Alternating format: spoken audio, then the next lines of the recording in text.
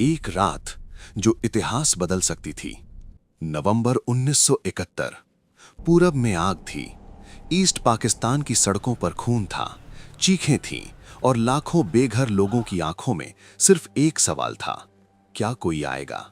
दिल्ली के एक बंद कमरे में रिसर्च एंड एनालिसिस विंग के अफसर एक नक्शे के सामने बैठे थे। उनकी आंखें थकी हुई थीं, लेकिन दिमाग तेज था। एक मिशन तैयार हो रहा था, इतना गुप्त कि उसका नाम तक फाइल में नहीं लिखा गया। रॉ के एजेंट्स को ईस्ट पाकिस्तान में घुसना था। वहां मुक्ति बाहिनी के साथ मिलकर पाकिस्तानी सेना की तैनाती, उनके सप्लाई रूट्स और उनके कम्युनिकेशन सेंटर्स की पूरी जानकारी इकट्ठा करनी थी। ये जानकारी भारतीय सेना की उस ग्रैंड मिलिट्री ऑफेंसिव की नींव बनने वाली थी जो दुनिया को हैरान कर देगी। एजेंट्स रवाना हो गए। रात अंधेरी थी, सरहद पार हुई, मिशन शुरू हुआ। लेकिन फिर एक संदेश आया।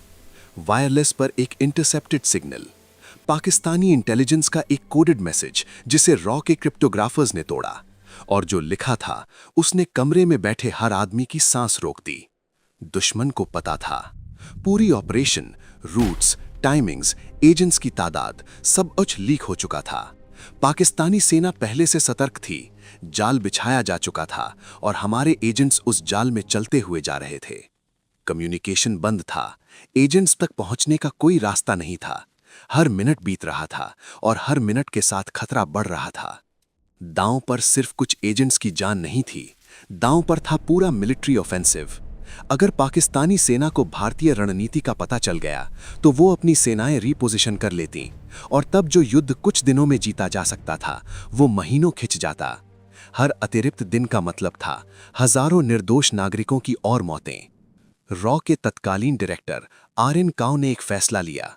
मिशन को अबॉर्ट करने का सिग्नल भेजने की कोशिश होगी, एक आखिरी बार, एक ऑल्टरनेट फ्रीक्वेंसी पर।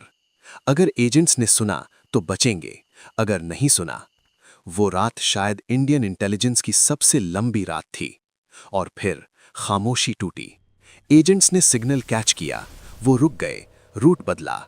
पाकिस्तानी घात से बचते हुए जंगलों और नदियों के रास्ते वो वापस आए।